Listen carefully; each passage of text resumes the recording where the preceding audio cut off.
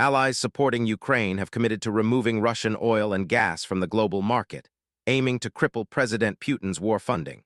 This pledge emerged from a summit in London hosted by the UK, bringing together over 20 nations in what's dubbed the Coalition of the Willing. British Prime Minister Keir Starmer stated they are effectively choking off funding for Russia's war machine.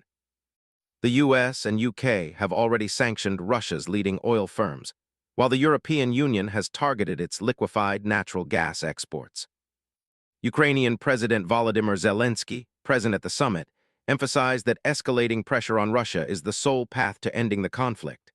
However, a notable absence from the summit's announcements was any commitment to supplying long-range missiles.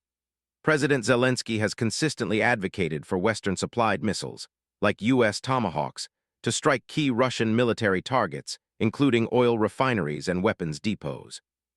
Despite this, US President Donald Trump has reportedly indicated a reluctance to provide Tomahawks, and President Putin has issued a stern warning of an overwhelming response should such weapons be used against Russian territory.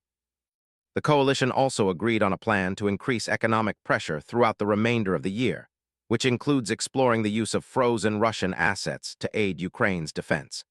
While EU leaders have agreed to support Ukraine's financial needs for the next 2 years, the utilization of the €140 billion in frozen Russian assets remains a point of discussion, with hopes for a decision by Christmas Eve.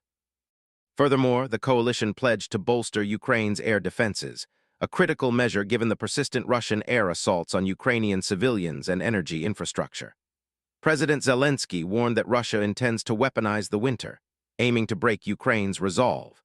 Despite strong words of support, concrete examples of how allies plan to force a battlefield chain or bring Russia to the negotiating table were not detailed at the summit.